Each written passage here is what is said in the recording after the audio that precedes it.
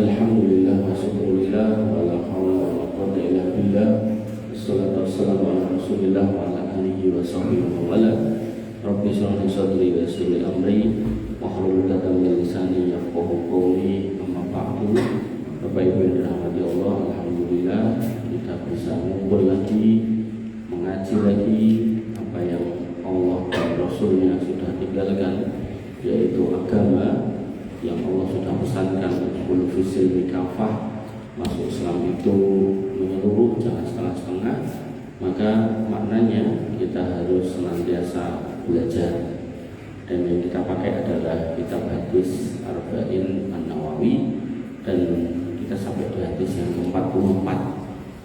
Disebutkan pada hadis yang ke-44 ini dengan judul Ar-Rado'ah tuharrimu ma tuharrimu, bahwasanya persusuan itu mengharamkan perkawinan sebagaimana ikatan nasab mengharamkannya. Berarti ngomongin saudara sepersusuan. Dan lawean itu enten warung susu segar namine sepersusuan. Itu nek kembali ke agama, ini jadi nyusun ini barang-barang kok jadi mahram, bahaya. Ini mungkin nama harus jangan waton, mungkin mulai rawon setan, seneng tidak boleh, nama-nama yang jelek itu tidak boleh. Nah, An Aisyah radhiyallahu anha, dan Aisyah radhiyallahu anha, Nabi sallallahu alaihi wasallam dan Nabi sallallahu alaihi wasallam, ar-radha'atu tuharrimu ma tuharrimu al-wiladah. Persusuan mengharamkan perkawinan sebagaimana nasab mengharamkannya.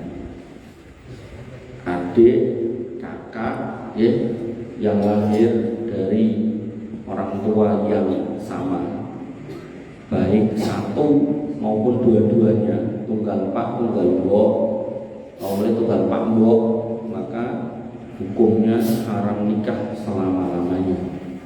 Nah, kok seorang wanita asinya diminumkan kepada anak lain yang bukan lahir dari rahimnya, maka berpotensi menjadi anak sepersusuan, sehingga haram menikah dengan anaknya sendiri, anak kandungnya sendiri.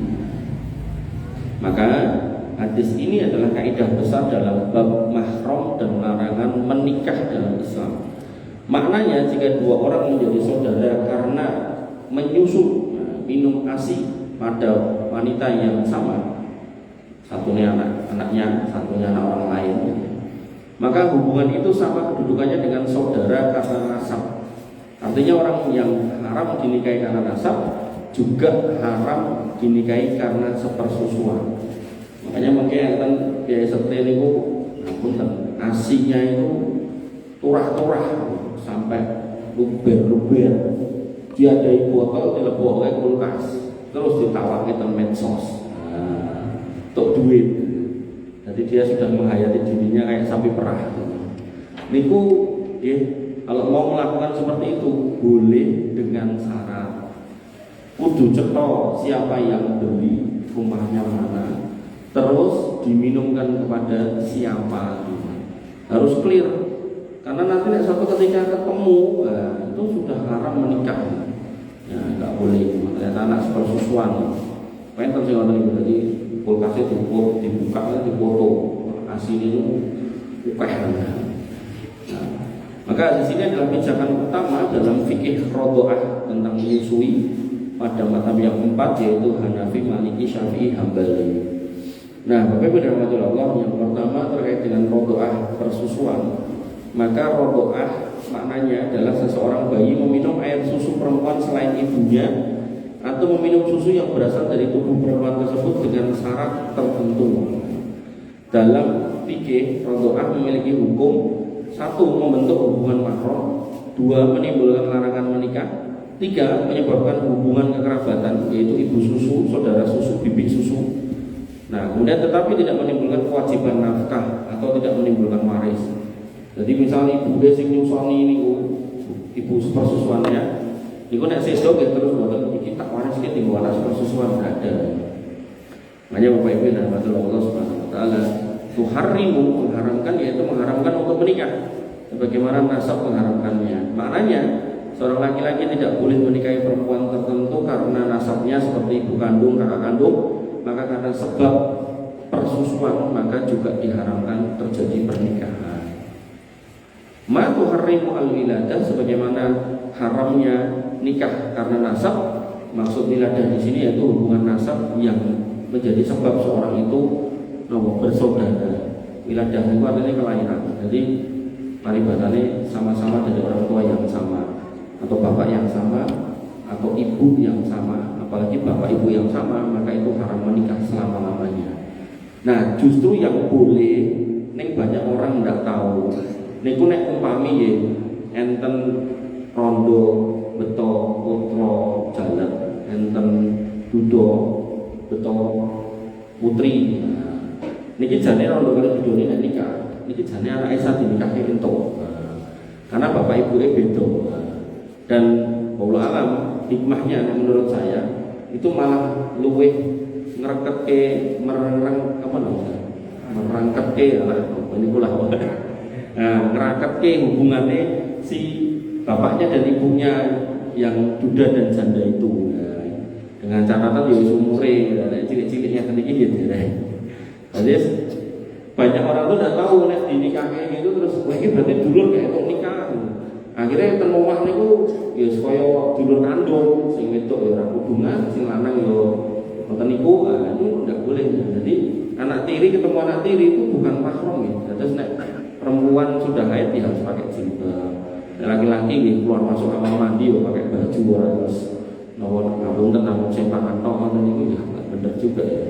Nah, makanya pun gede, nah niku dinikahke anak tiri ketemu anak tiri boleh malah.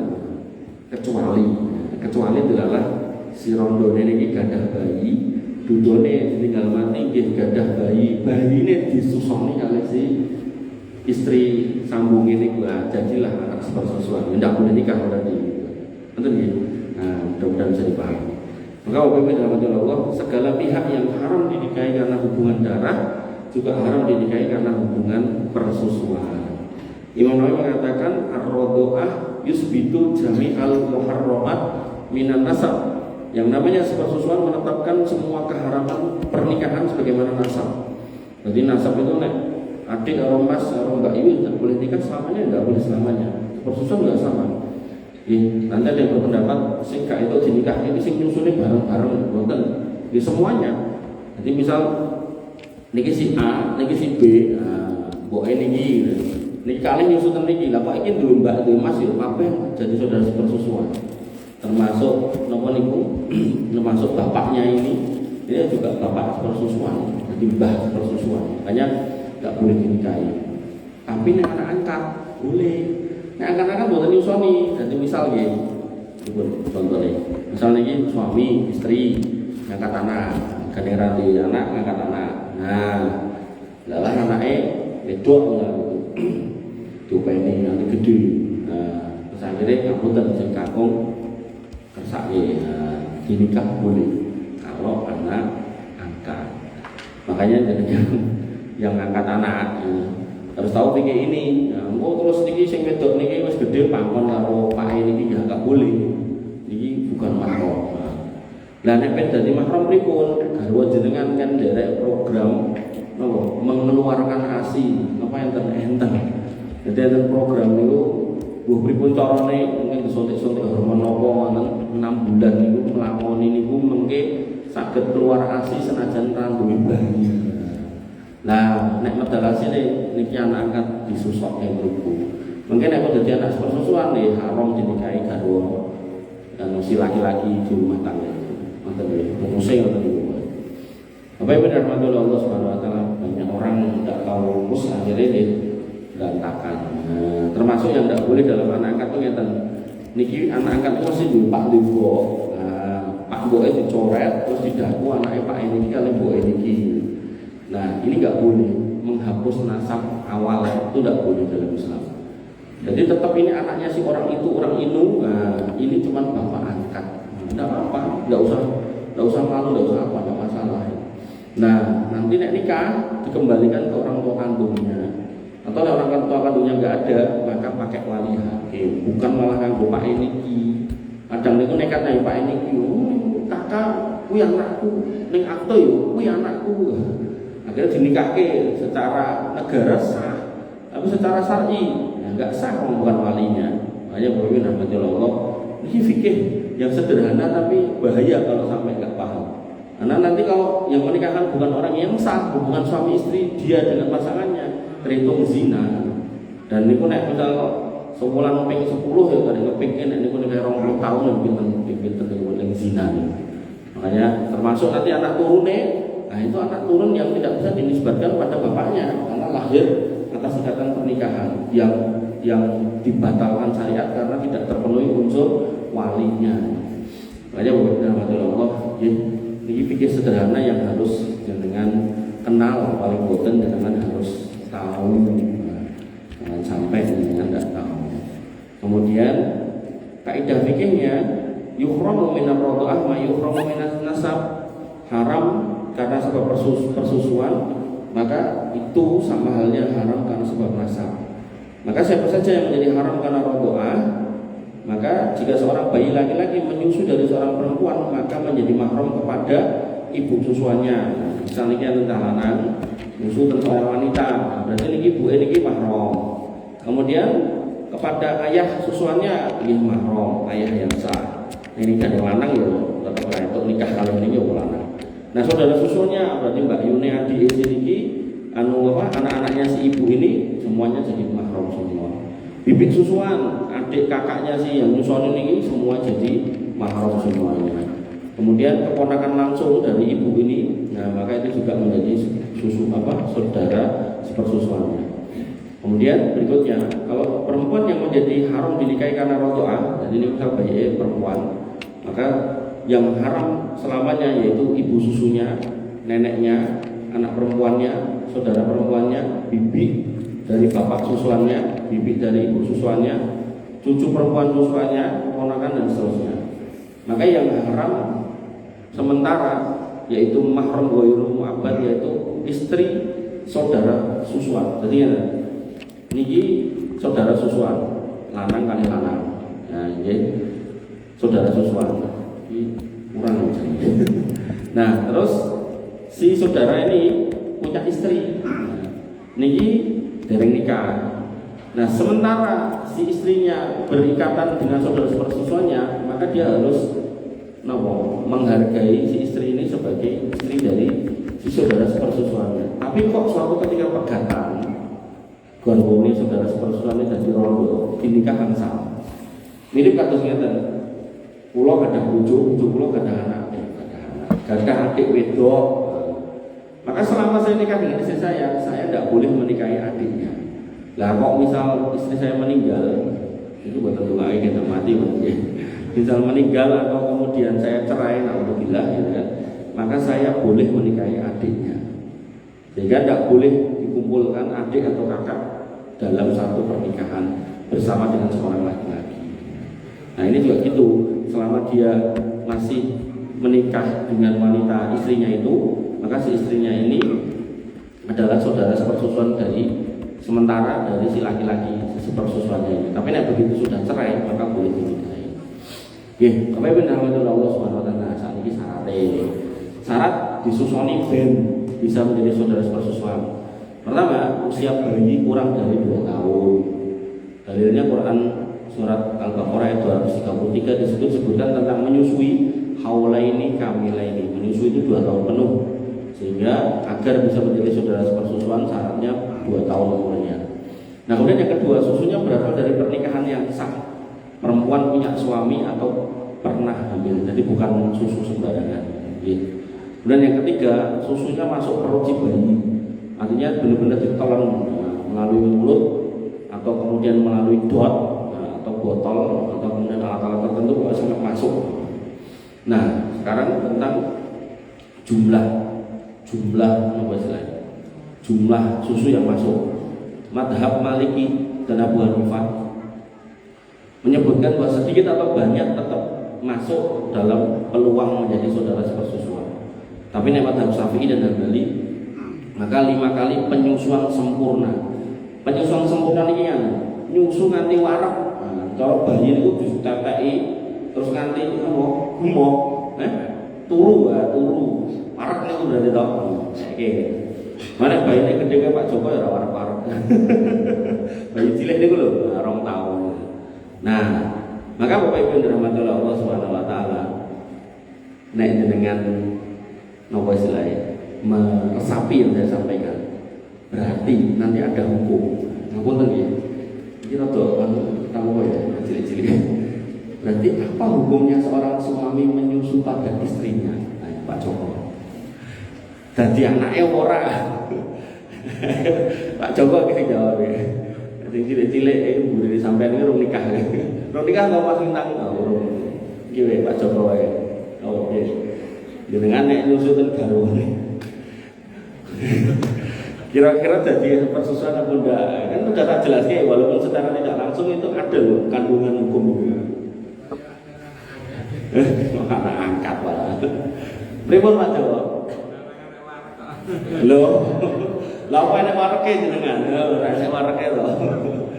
Ndak nggih. Jadi kan syaratnya tadi 2 tahun sama sampai kenyang. 2 tahun kena boten mau bremosen. Jadi tidak ada masalah ya seorang suami menyusu pada istrinya. Terus dengan yang apunten punya garwa kok medal asine tak jijal sing gone kok biyen rasane lali gitu. Ya ndak apa-apa gitu. Toro nanti ambil-ambil timbang ditawake teng medsos ini kayak gelas wae tak kayak tambah kopi ora. Kita ngomong ke hukum pikir Pak. Karena nanti ada orang-orang yang kayak gitu. Berarti nek nyusu bojo kok dadi anake bojone Pak. Iki angel. Ya, namanya pentingnya belajar Bapak Ibu.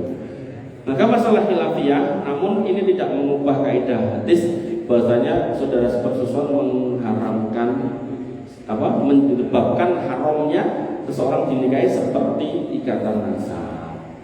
Apa saja yang tidak disebabkan oleh rodoa, maka rodoa tidak menyebabkan hak waris. Kayak aku pernah diopeni karo Pak Joko, tak kok iki nyuwun warisane. Pak Joko pun sedo Bu Joko. Oh, lha niku nek biyen jenengan susoni. Nah, ora le nyusoni niku nyusoni iki ya wis rampung, urusane critane wis rampung. Wong yo berarti susoni ku ya sekolahke wis rampung. Warisan tidak ada haknya anak sepersusuan dapat warisan. Kemudian kewajiban nafkah ibu susu tidak wajib menafkahi. Jadi si ibu nggak wajib menafkahi anak itu atau sebaliknya. Nah, dengannya nanti nek misal ngapunten ada yang pernah nyusoni ngoten niku terus golek ibu cah.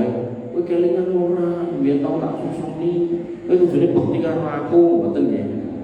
Jadi memang benar-benar itu amal apa istilahnya? Amal jariah, amal utama yang ibu-ibu lakukan, bukan untuk mengharapkan balasan dunia seperti itu.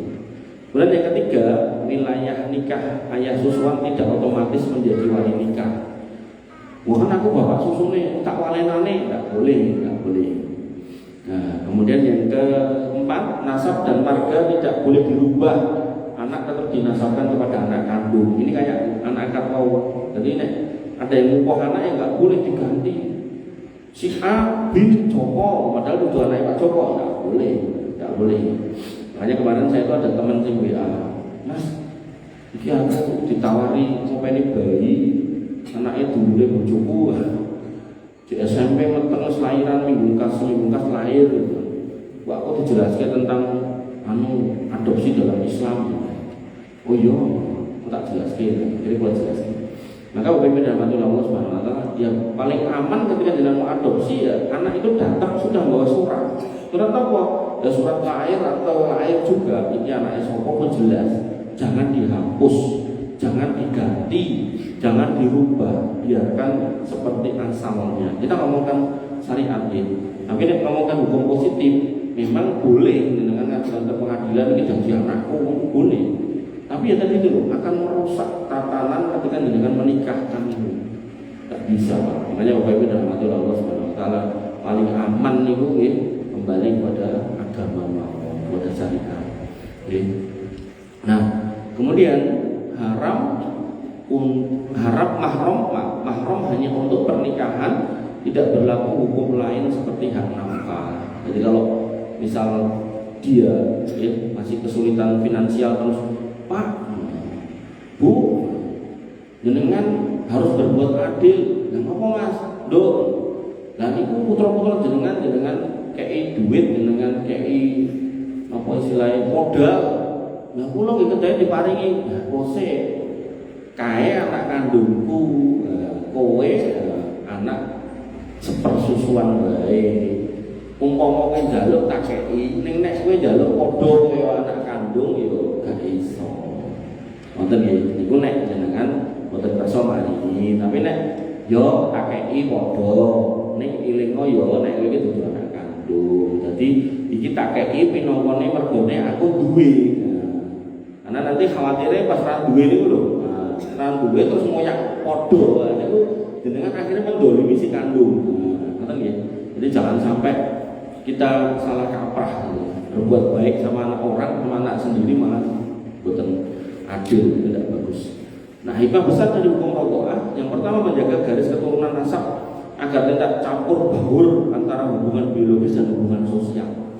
Makanya Bapak Ibu dirahmati Allah Subhanahu wa taala, ini amal kebajikan yang luar biasa. Maka ketika jenengan bisa melakukan ini, maka insya Allah pahalanya besar sekali. Kemudian yang kedua, menjaga kehormatan dan mencegah zina dengan memastikan siapa saja yang mahram dinikahi. Jadi biar clear gitu kan.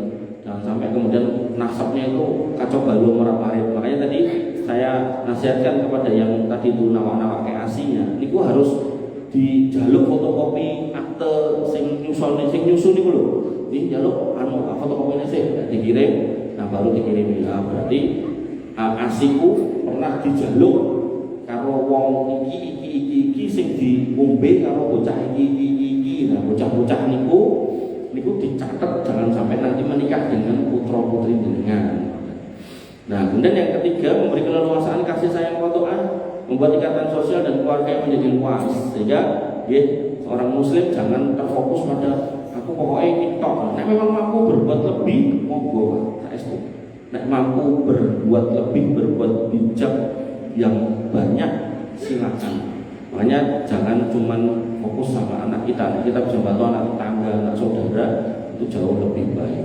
Makanya di kultur orang Minang, orang Padang, itu kan kata-katanya keponakan dipampu, masyarakat dijunjung. Maksudnya itu, nek duwe ponakan, ini ponakan harus dipastikan dia itu cara mangan iyo enek sing dipangan, cara wae sekolah iyo enek game enek ragate. Niku paman pakde niku harus memastikan ponakan. Nek ponakan aja begitu kan ya anaknya harus. Nah, masyarakat dijunjung maksudnya apa? Nilai-nilai budaya orang Padang niku harus dijaga. Budaya di sini bukan budaya yang aneh-aneh ya. Budaya sebagai orang Islam. Makanya orang Padang niku nek nganti mlebu Kristen, nah itu Padang hilang. Makanya kan Padang niku gereja-gereja niku rata-rata di sini bukan orang Padang. Di sini wong Cina-Cina. Nah, Aceh juga sama. Aceh juga di bagian atas itu di sini kayak Cina-Cina. Jarang orang Aceh yang Kristen Pomainten niku pendatang-pendatang. Termasuk Bugis, Madura niku ya. Makanya nilai-nilai itu dijaga. Makanya sebenarnya dalam masakan Padang tak ada ceritanya rendang Padang sama babi itu tidak ada. Dan dengan tidak kemanapun bingung panganan halal, mau lebet warung Padang aman. Setahu saya, walaupun nanti akhirnya enten sing Jakarta niku gawe rendang babi niku ya itu wong aneh. Sudah merusak tatanan. Makanya wong Padang niku dia akan menjaga nilai-nilai keislaman yang dia pegang dari lahirnya. Bapak Ibu dan Allah Subhanahu wa taala, kembali ke sini, menjaga adab dan batas pergaulan yang menjadi mahram berdoa boleh ditemui tanpa hijab. Artinya kayak ketika jenengan sayang sama ponakan jenengan, sayang sama bocah niku, terus pengen supaya pergaulan enggak terbatas dengan pakaian-pakaian syar'i atau tempat-tempat yang khusus iku ning kono kuning ini kehalang hijab. Nah, biar bisa saling berinteraksi dengan bebas, nah wasilahnya disusoni semua. Dengan disusoni akhirnya dia interaksinya sama kayak sembuhnya, jadi tidak perlu jenengan yang setri tidak perlu hubungan. Kemudian si bapak enek arep goncengke, nah, misalnya itu anak wedok, anak goncengke, anak sepersusuan wedok, anak diterkait sekolah tidak ada masalah, diterkait kuliah tidak ada masalah, aman. Makanya Bapak Ibu dirahmati Allah, itu cara Allah untuk membuat manusia itu makin banyak menyebar rasa kasih sayang. Kemudian yang kelima, menetapkan kesetaraan antara ibu kandung dengan ibu susuan dalam hal status mahram, bukan kebaktian. Nek kebaktian tetap anak sepersusuan wajib bakti sama ibu kandungnya, nek tesih enten. Nah, nek boten enten maka kepada adik atau kakak dari ibunya. Nek niku boten enten maka bisa dialihkan kepada ibu sepersusuan, tapi keutamanya tidak melebihi ibu kandungnya. Sehingga ringkasan singkatnya, di sini adalah fondasi tentang ilmu rodoah atau persusuan, dan rodoah menyebabkan haramnya nikah seperti nasab. Maka semua mahram karena nasab menjadi mahram juga karena sepersusuan, dan sepersusuan tidak menyebabkan warisan atau turunnya nasab pakai nama keluarga, misal Pak Joko Situmorang, terus mungkin dua anak persusuan Fatimah Situmorang, nggak boleh. Dia nasabnya siapa gitu kan? Nasabnya Huta Gaul ya, Huta Gaul atau Raja Guguk ya, Raja Guguk gitu. Enten dulu, napa? Fam Raja Guguk. Nah kemudian rodoah tidak menyebabkan warisan pun. Kemudian rodoah hanya sah bila terjadi pada bayi kurang dari 2 tahun, dan kemudian menyusu tadi khilafnya bisa bebas atau maksimal 5 kali sampai kenyang. Nah, rodoah memperluas hubungan keluarga dan menjaga kehormatan serta memperluas akses untuk menyebarkan rahmat kepada manusia. Ampun, monggo ada yang mau nanya? Apa Mas? Biasanya ya untuk anak angkat nanti sudah dibantu, kalau nanti sudah diaktifkan atau di kata dari satu.